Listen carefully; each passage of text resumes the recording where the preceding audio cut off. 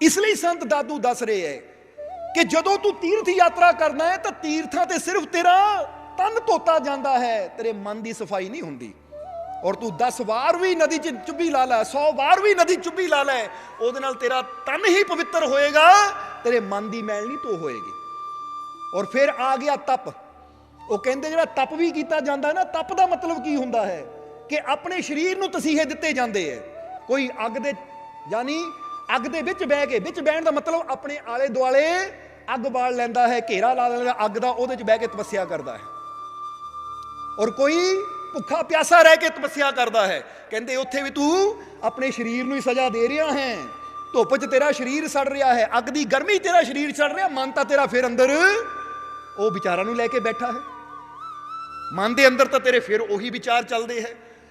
इसलिए है प्यारिया, सत्संग का फल इसलिए बड़ा है कि सत्संग एक ऐसी जगह है जिथे तेरे शरीर नूं नहीं बदलिया जाता, जिथे बदलिया जाता है तेरे मन नूं, जिथे बदलिया जाता है तेरी सोच नूं।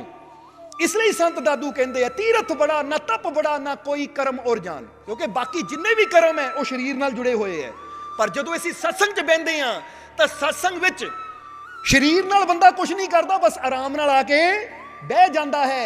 सत्संग विच तां जिन्ने भी शब्द दीयां चोटां पैंदियां वो साडियां सिद्धे मन ते पैंदियां है, क्योंकि हुण विचार चल रहे हैं, शरीर तुहाडा कुछ नहीं कर रहा, पर हुण जो विचार चल रहे हैं ये सीधा तुहाडे मन ते असर कर रहे हैं। इसलिए जदों मन बदल गया तो इंसान की जिंदगी बदल जाती है।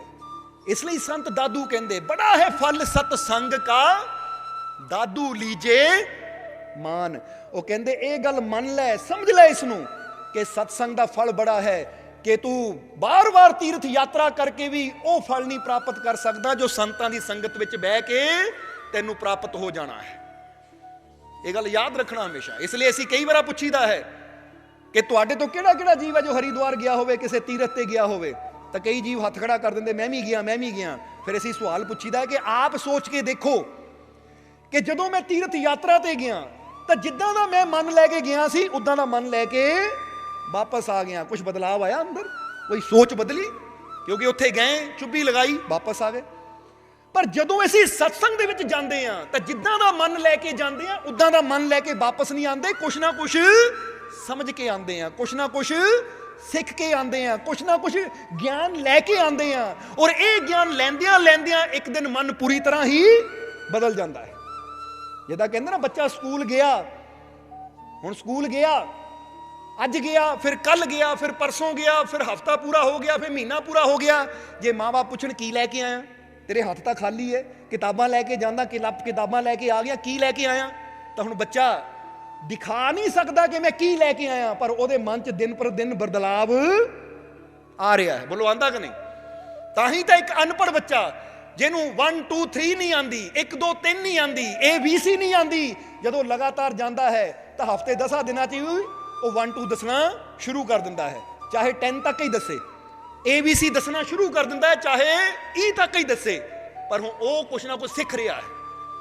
बाहरों बेशक कोई नजर नहीं आ रहा कि बच्चे नूं मिल रहा है, पर ਉਹਦੇ अंदर वो टीचरां ने सिखाया ज्ञान जो जा रहा है वो ਉਹਦੀ जिंदगी नूं बदल रहा है। इसी तरह सतसंग विच बह के इंसान नूं अनेक ही फल क्यों मिलते हैं, क्योंकि जदों इंसान सतसंग विच बहिंदा है, संतां दी संगत विच जांदा है, तो बाहरों बेशक बंदा कहे जिद्दां खाली गया सी उद्दां ही आ गया, पर जे ज्ञान के तौर पर देखिए, मन के तौर पर देखिए, तो बंदा बहुत कुछ लैके आंदा है, बहुत कुछ समझ के आता है, बहुत कुछ सीख के आता है। और ये शिक्षा के नाल ही तो बंदे की जिंदगी बदलती है, क्योंकि जैसा तुसी सीखना है तुहाडा जीवन वैसा ही हो जाना है। जरा समझ के देखो, हुण एक बंदा जे अज किसी नूं पुछया जावे कि भाई तैनूं किहड़ी चीज़ तो डर लगता है, हुण हो सकदा कोई इत्थे बैठा होवे जिहड़ा कहे मैनूं गड्डी चलाउण तो डर लगता है, हो सकदा कोई इदां दा बैठा होवे जिहड़ा कहे मैनूं उचाई तो डर लगता है, हो सकता कोई इदां दा बैठा होवे जिहड़ा कहे मैनूं पानी 'च जाण तो डर लगदा क्योंकि मैनूं तैरना नहीं आंदा। बोलो समझदे हो कि नहीं?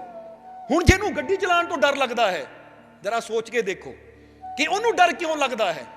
और जे उहने गड्डी चलानी सीखी हुंदी, उहनूं गड्डी चलाउण दा ज्ञान हुंदा तो उहनूं डर लगना सी? फिर जवाब चाहिदा सानूं। हुण एक बंदा कहंदा है कि मैनूं तैरन तो डर लगता है, मैं पानी 'च नहीं जांदा, तो जे उहनां ਕੁਝ ਸਾਲ ਪਹਿਲਾਂ ਤੈਰਨਾ ਸਿੱਖਿਆ ਹੁੰਦਾ ਤਾਂ ਕੀ ਅੱਜ ਉਹਨੂੰ ਡਰ ਲੱਗਣਾ ਸੀ? ਜਵਾਬ ਦਿਓ। ਨਹੀਂ, ਫਿਰ ਤੁਹਾਨੂੰ ਅੱਖਾਂ ਬੰਦ ਕਰਕੇ ਛਾਲ ਮਾਰ ਦੇਣੀ ਸੀ ਔਰ ਤੈਰ ਕੇ ਇੱਧਰ ਉੱਧਰ ਆਨੰਦ ਲੈਣਾ ਸੀ। ਉਹ ਇੱਥੋਂ ਪਤਾ ਕੀ ਲੱਗਦਾ ਕਿ ਡਰ ਕਿਤੇ ਵੀ ਨਹੀਂ ਹੈ। ਬਸ ਡਰ ਇੱਕੋ ਹੀ ਚੀਜ਼ ਦਾ ਹੈ, ਜਿਹੜੀ ਚੀਜ਼ ਤੋਂ ਅਸੀਂ ਅਣਜਾਣ ਬੈਠੇ ਹਾਂ, ਜਿਹੜੀ ਚੀਜ਼ ਦੀ ਸਾਨੂੰ ਸਮਝ ਨਹੀਂ ਹੈ, ਉਹ ਚੀਜ਼ ਤੋਂ ਹੀ ਅਸੀਂ ਡਰਨਾ ਸ਼ੁਰੂ ਕਰ ਦਿੰਦੇ ਹਾਂ। ਪਰ ਜਿੱਦਾਂ ਜਿੱਦਾਂ ਸਾਡੀ ਸਮਝ ਵੱਧਦੀ ਹੈ, ਜਿੱਦਾਂ ਜਿੱਦਾਂ ਸਾਡਾ ਗਿਆਨ ਵੱਧਦਾ ਹੈ, ਉਦਾਂ ਉਦਾਂ ਸਾਡਾ ਡਰ ਵੀ ਖਤਮ ਹੁੰਦਾ ਚਲਾ ਜਾਂਦਾ ਹੈ। ਉਦਾਂ ਉਦਾਂ ਸਾਡੇ ਅੰਦਰੋਂ ਭੌ ਵੀ ਨਿਕਲਦਾ ਚਲਾ ਜਾਂਦਾ ਹੈ। ਕਿਉਂਕਿ ਗੱਡੀ ਚਲਾਉਣ ਦਾ ਡਰ ਹੈ, ਮੈਨੂੰ ਨਹੀਂ ਚਲਾਣੀ ਆਂਦੀ, ਪਰ ਜਿੱਦਾਂ ਹੀ ਚਲਾਣੀ ਆ ਗਈ ਡਰ ਖਤਮ। ਤੈਰਨਾ ਨਹੀਂ ਆਂਦਾ, ਡਰ ਹੈ, ਪਰ ਜਿੱਦਾਂ ਹੀ ਤੈਰਾਕੀ ਸਿੱਖ ਲਈ, ਟ੍ਰੇਨਿੰਗ ਲੈ ਲਈ, ਡਰ ਖਤਮ। ਸੋ ਕਹਿਣਾ ਕੀ ਚਾਹੁੰਦੇ ਹਾਂ ਅਸੀਂ ਕਿ ਜੀਵਨ ਦੇ ਵਿੱਚ ਜਿੰਨਾ ਅਸੀਂ ਗਿਆਨ ਨੂੰ ਪ੍ਰਾਪਤ ਕਰਦੇ ਚਲੇ ਜਾਵਾਂਗੇ, ਉਨਾ ਹੀ ਸਾਡਾ ਜੀਵਨ ਆਸਾਨ, ਖੁਸ਼ਹਾਲ ਔਰ ਡਰ ਤੋਂ ਮੁਕਤ ਹੁੰਦਾ ਚਲਾ ਜਾਏਗਾ। ਇਸ ਲਈ ਗੁਰੂ ਰਹਿਬਰ ਇਹੀ ਤਾਂ ਚਾਹੁੰਦੇ ਹੈ ਕਿ ਸਾਨੂੰ ਉਹ ਪੂਰਨ ਗਿਆਨ ਦਿੱਤਾ ਜਾਵੇ, ਉਹ ਪਰਮ ਗਿਆਨ ਦਿੱਤਾ ਜਾਵੇ, ਤਾਂ ਕਿ ਸਾਡੇ ਜੀਵਨ ਚੋਂ ਸਾਰੇ ਡਰ ਹੀ ਖਤਮ ਹੋ ਜਾਣ ਔਰ ਅਸੀਂ ਉਸ ਅਵਸਥਾ ਤੱਕ ਪਹੁੰਚ ਜਾਈਏ ਜਿਸ ਅਵਸਥਾ ਨੂੰ ਕਿਹਾ ਜਾਂਦਾ ਨਿਰਭਉ ਦੀ ਅਵਸਥਾ। ਜਰਾ ਗੌਰ ਕਰਨਾ, ਇਹ ਗੁਰੂ ਅਗਰ ਇਹ ਸ਼ਬਦਾਂ ਦਾ ਉਚਾਰਨ ਕਰਦੇ ਹੈ ਤਾਂ ਇਹ ਸਾਨੂੰ ਸੁਣਾਉਣ ਵਾਸਤੇ, ਸਾਡਾ ਮਨ ਬਹਿਲਾਉਣ ਵਾਸਤੇ ਨਹੀਂ ਕਰਦੇ। ਜਰਾ ਗੌਰ ਕਰਨਾ, ਜਿੱਦਾਂ ਸ਼੍ਰੀ ਗੁਰੂ ਨਾਨਕ ਦੇਵ ਜੀ ਨੇ ਉਚਾਰਨ ਕੀਤਾ ਕਿ ਇੱਕ ਓਂਕਾਰ ਸਤਨਾਮ ਕਰਤਾ ਪੁਰਖ ਨਿਰਭਉ ਨਿਰਵੈਰ। ਹੁਣ ਬੰਦਾ ਜੇ ਉਦਾਂ ਸੋਚੇ, ਕਹਿਣਾ ਬੜੇ ਪਿਆਰੇ ਸ਼ਬਦ ਹੈ, ਤਾਂ ਕੀ ਗੁਰੂਆਂ ਨੇ ਸਾਡੇ ਮਨ ਬਹਿਲਾਉਣ ਵਾਸਤੇ ਸ਼ਬਦ ਉਚਾਰਨ ਕੀਤੇ? ਨਹੀਂ, ਇਹ ਗੁਰੂਆਂ ਨੇ ਇਸ ਲਈ ਇਹ ਬਾਣੀ ਦਾ ਉਚਾਰਨ ਕੀਤਾ ਤਾਂ ਕਿ ਅਸੀਂ ਇਹਨੂੰ ਸਮਝੀਏ ਔਰ ਆਪਣੀ ਕਰਨੀ ਨੂੰ ਐਸਾ ਬਣਾਈਏ ਕਿ ਅਸੀਂ ਉਸ ਅਵਸਥਾ ਤੱਕ ਪਹੁੰਚ ਸਕੀਏ। ਮਜ਼ਾ ਤਾਂ ਫੇਰ ਆਏਗਾ। ਇਸ ਲਈ ਅੱਜ ਅਸੀਂ ਸ਼੍ਰੀ ਗੁਰੂ ਨਾਨਕ ਦੇਵ ਜੀ ਦੇ ਜੀਵਨ ਬਾਰੇ ਔਰ ਹਜ਼ੂਰ ਮੁਹੰਮਦ ਦੇ ਜੀਵਨ ਬਾਰੇ, ਸਮਾਂ ਤਾਂ ਥੋੜਾ ਹੈ ਪਰ ਥੋੜਾ ਥੋੜਾ ਸਮਝਣਾ ਹੈ ਕਿ ਗੁਰੂ ਸਾਡੇ ਜੀਵਨ ਨੂੰ ਕੈਸਾ ਬਣਾਉਣਾ ਚਾਹੁੰਦੇ ਹੈ। ਇਸ ਲਈ ਸੰਤ ਦਾਦੂ ਦੀ ਗੱਲ ਅਸੀਂ ਕੀਤੀ, ਕਿਉਂਕਿ ਇਹ ਵੀ ਗੱਲ ਸਮਝਣਾ ਜ਼ਰੂਰੀ ਹੈ ਕਿ ਤੀਰਥਾਂ ਤੇ ਸਾਨੂੰ ਉਹ ਨਹੀਂ ਮਿਲ ਸਕਦਾ, ਜਪ ਤਪ 'ਚ ਸਾਨੂੰ ਉਹ ਨਹੀਂ ਮਿਲ ਸਕਦਾ ਜੋ ਸਾਨੂੰ ਸੰਤਾਂ ਦੀ ਸੰਗਤ ਵਿੱਚ ਬਹਿ ਕੇ ਮਿਲ ਸਕਦਾ ਹੈ, ਜੋ ਸਾਨੂੰ ਸੰਤਾਂ ਦੇ ਕੋਲ ਬਹਿ ਕੇ ਮਿਲ ਸਕਦਾ ਹੈ। ਜੋ ਗਿਆਨ ਸੰਤਾਂ ਨੇ ਦੇ ਕੇ ਸਾਡੇ ਮਨ ਦੀ ਅਵਸਥਾ ਨੂੰ ਬਦਲਣਾ ਹੈ, ਸਾਡੇ ਮਨ ਦੀ ਚਾਲ ਨੂੰ ਬਦਲਣਾ ਹੈ। ਕਿਉਂਕਿ ਅੱਜ ਸਾਡਾ ਮਨ ਕੁਚਾਲ ਚੱਲਦਾ ਹੈ, ਯਾਨੀ ਬੁਰੇ ਪਾਸੇ ਚੱਲਦਾ ਹੈ। ਉਹਨਾਂ ਨੇ ਗਿਆਨ ਦੇ ਕੇ ਇਹਨੂੰ ਕੁਚਾਲ ਤੋਂ ਇਹਦੀ ਚਾਲ ਨੂੰ ਸਹੀ ਰਸਤੇ ਲਾਣਾ ਹੈ। ਜਿੱਦਾਂ ਇੱਕ ਜੰਗਲੀ ਘੋੜਾ ਹੁੰਦਾ ਹੈ ਨਾ, ਉਹ ਆਪਣੀਆਂ ਹੀ ਮਾਰਦਾ ਹੈ ਅਵਲੀਆਂ ਡਬਲੀਆਂ, ਫਿਰ ਇੱਕ ਟ੍ਰੇਨਰ ਆਂਦਾ ਹੈ, ਉਹ ਟ੍ਰੇਨਰ ਉਸ ਘੋੜੇ ਤੇ ਮਿਹਨਤ ਕਰਕੇ ਉਹਨੂੰ ਚਾਲ ਚੱਲਣੀ ਸਿਖਾਉਂਦਾ ਹੈ, ਉਹਨੂੰ ਕਾਬੂ ਕਰਨਾ ਕਿੱਦਾਂ ਹੈ ਉਹ ਕਲਾ ਸਿਖਾਉਂਦਾ ਹੈ। ਔਰ ਫਿਰ ਜਿਹੜਾ ਉਹ ਘੋੜਾ ਹੁੰਦਾ ਹੈ, ਉਹ ਟ੍ਰੇਨਰ ਦੇ ਕੋਲੋਂ ਟ੍ਰੇਨਿੰਗ ਲੈ ਕੇ ਉਸ ਘੋੜੇ ਨੂੰ, ਜੰਗਲੀ ਘੋੜੇ ਨੂੰ ਵੀ ਆਪਣੇ ਕਾਬੂ 'ਚ ਕਰ ਲੈਂਦਾ ਹੈ, ਫਿਰ ਉਹਨੂੰ ਸਹੀ ਦਿਸ਼ਾ ਵੱਲ ਦੌੜਾਉਂਦਾ ਹੈ।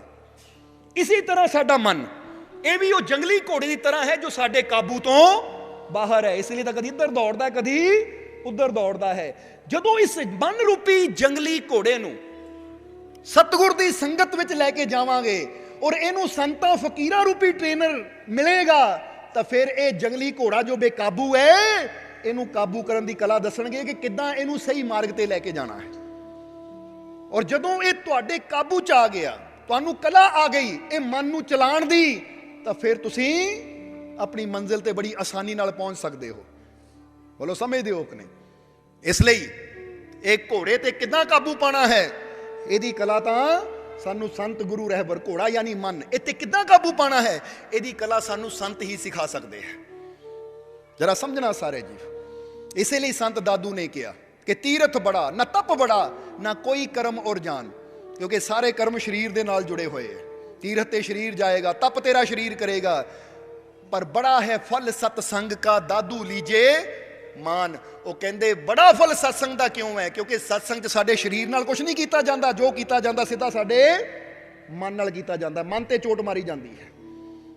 ਸਾਨੂੰ ਵਿਚਾਰਾਂ ਦੇ, ਸ਼ਬਦਾਂ ਦੇ, ਉਹ ਗਿਆਨ ਦੇ ਭੰਡਾਰ ਸਾਡੇ ਅੰਦਰ ਭਰੇ ਜਾਂਦੇ ਹੈ ਤਾਂ ਕਿ ਇਹ ਸਾਡਾ ਜੀਵਨ ਬਦਲ ਜਾਵੇ ਔਰ ਸਾਡੇ ਅੰਦਰੋਂ ਸਾਰੇ ਡਰ, ਸਾਰੀਆਂ ਚਿੰਤਾਵਾਂ, ਹਰ ਪ੍ਰਕਾਰ ਦੀ ਨਫ਼ਰਤ ਖਤਮ ਹੋ ਜਾਵੇ। ਜਰਾ ਸਮਝਣਾ ਸਾਰੇ ਜੀਵਾਂ ਨੇ। ਇਸ ਲਈ ਉਹਨਾਂ ਨੇ ਇਹ ਸ਼ਬਦ ਦੀਆਂ ਦੂਸਰੀਆਂ ਲਾਈਨਾਂ 'ਚ ਵੀ ਇਹੀ ਕਿਹਾ ਕਿ ਤੀਰਥ ਬ੍ਰਤ ਜਪ ਤਪ ਕੀਏ ਤਰੇ ਆਦਮੀ ਏਕ। ਉਹ ਕਹਿੰਦੇ ਤੀਰਥ ਯਾਤਰਾ ਕਰਨ ਵਾਲਾ, ਜਪ ਤਪ ਕਰਨ ਵਾਲਾ, ਵਰਤ ਰੱਖਣ ਵਾਲਾ ਤੇ ਕੋਈ ਤਰਦਾ ਹੈ, ਪਰ ਸਭ ਤੋਂ ਬੜੀ ਮਹਿਮਾ ਤਾਂ ਸਤਸੰਗ ਦੀ ਹੈ। ਕਿਉਂ? ਕਿਉਂਕਿ ਸਤਸੰਗ ਦੇ ਅੰਦਰ ਜਿੰਨੇ ਜੀਵ ਆ ਕੇ ਬੈਠ ਜਾਂਦੇ ਹੈ, ਉਹ ਸਾਰੇ ਹੀ ਤਰ ਜਾਂਦੇ ਹੈ। ਇਸ ਲਈ ਉਹਨਾਂ ਨੇ ਕਿਹਾ ਸਤਸੰਗ ਕੀ ਮਹਿਮਾ ਬੜੀ ਤਾਰੇ ਜੀਵ ਅਨੇਕ। ਕਿਉਂਕਿ ਤੀਰਥ ਬ੍ਰਤ ਜਪ ਤਪ, ਇਹ ਵੀ ਗੱਲ ਯਾਦ ਰੱਖਣਾ ਕਿ ਤਪ ਕਰਨਾ ਹਰ ਇੱਕ ਦੇ ਵੱਸ ਦੀ ਗੱਲ ਨਹੀਂ ਹੁੰਦੀ, ਤੀਰਥ ਯਾਤਰਾ ਕਰਨੀ ਵੀ ਹਰ ਇੱਕ ਦੇ ਵੱਸ ਦੀ ਗੱਲ ਨਹੀਂ ਹੁੰਦੀ, ਵਰਤ ਰੱਖਣਾ ਵੀ ਹਰ ਇੱਕ ਦੇ ਵੱਸ ਦੀ ਗੱਲ ਨਹੀਂ ਹੁੰਦੀ। ਇਹ ਗੱਲ ਯਾਦ ਰੱਖਣਾ। ਹੁਣ ਕਿਸੇ ਨੂੰ ਸ਼ੂਗਰ ਦੀ ਬਿਮਾਰੀ, ਉਹ ਵਿਚਾਰਾ ਵਰਤ ਰੱਖੇਗਾ ਉਹਨੂੰ ਚੱਕਰ ਹੀ ਆਈ ਜਾਣੇ ਹੈ। ਕੋਈ ਸਰੀਰਕ ਤੌਰ ਤੇ ਹੈਲਥ ਦੇ ਤੌਰ ਤੇ ਕੋਈ ਫਿੱਟ ਨਹੀਂ ਹੈ, ਉਹਦੇ ਵਾਸਤੇ ਵਰਤ ਰੱਖਣਾ ਹੀ ਔਖਾ। ਫਿਰ ਬੰਦਾ ਕਹੇਗਾ ਮੈਂ ਵਰਤ ਨਹੀਂ ਰੱਖ ਸਕਦਾ, ਤਾਂ ਭਾਈ ਇਹਦਾ ਮਤਲਬ ਮੈਂ ਬਖਸ਼ਿਆ ਨਹੀਂ ਜਾਣਾ। ਇਸ ਲਈ ਇੱਥੇ ਦੱਸਣਾ ਕੀ ਚਾਹੁੰਦੇ ਆ ਕਿ ਤੀਰਥ ਯਾਤਰਾ ਹਰ ਕੋਈ ਨਹੀਂ ਕਰ ਸਕਦਾ, ਵਰਤ ਹਰ ਕੋਈ ਨਹੀਂ ਰੱਖ ਸਕਦਾ, ਤਪ ਹਰ ਕੋਈ ਨਹੀਂ ਕਰ ਸਕਦਾ, ਪਰ ਸੰਤਾਂ ਦੀ ਸੰਗਤ ਵਿੱਚ ਹਰ ਕੋਈ ਜਾ ਸਕਦਾ ਹੈ, ਜਾ ਕੇ ਬੈਠ ਸਕਦਾ ਹੈ। ਕਿਉਂਕਿ ਉੱਥੇ ਚਾਹੇ ਕੋਈ ਬਿਮਾਰ ਹੋਵੇ, ਚਾਹੇ ਤੰਦਰੁਸਤ ਹੋਵੇ, ਚਾਹੇ ਅਮੀਰ ਹੋਵੇ, ਚਾਹੇ ਗਰੀਬ ਹੋਵੇ, ਚਾਹੇ ਕੋਈ ਇਨਸਾਨ ਬੜੇ ਤੋਂ ਬੜਾ ਦੁਖੀ, ਜਿੱਦਾਂ ਬੰਦਾ ਕਹਿੰਦਾ ਬੜਾ ਗਰੀਬ, ਬੜਾ ਦਿਲਦਰੀ, ਉੱਥੇ ਤਾਂ ਉਹ ਵੀ ਜਾ ਕੇ ਬਹਿ ਸਕਦਾ ਹੈ। ਜਾਂ ਤੀਰਥ ਯਾਤਰਾ ਕਰਨ ਵਾਸਤੇ ਬੰਦਾ ਕਹਿੰਦਾ ਪਹਿਲਾਂ ਜੇਬ 'ਚ ਮਾਲ ਹੋਣਾ ਚਾਹੀਦਾ, ਪੈਸਾ ਹੋਣਾ ਚਾਹੀਦਾ, ਫੇਰ ਹੀ ਯਾਤਰਾ ਕਰ ਸਕਦਾ। ਬੋਲੋ ਹੁੰਦਾ ਕਿ ਨਹੀਂ? ਇਸ ਲਈ ਸੰਤ ਦਾਦੂ ਕਹਿੰਦੇ ਹੈ ਕਿ ਤੀਰਥ ਯਾਤਰਾ ਹਰ ਕੋਈ ਨਹੀਂ ਕਰ ਸਕਦਾ, ਬ੍ਰਤ ਜਪ ਤਪ ਵੀ ਹਰ ਕੋਈ ਨਹੀਂ ਕਰ ਸਕਦਾ, ਪਰ ਸੰਤਾਂ ਦੀ ਸੰਗਤ ਅੰਦਰ ਹਰ ਕੋਈ ਜਾ ਕੇ ਬੈਠ ਸਕਦਾ ਹੈ। ਸੰਤਾਂ ਦੀ ਸੰਗਤ ਵਿੱਚ ਹਰ ਕੋਈ ਬੈਠ ਕੇ ਉਸ ਗਿਆਨ ਨੂੰ ਪ੍ਰਾਪਤ ਕਰਕੇ ਆਪਣੇ ਜੀਵਨ ਨੂੰ ਬਦਲ ਸਕਦਾ ਹੈ।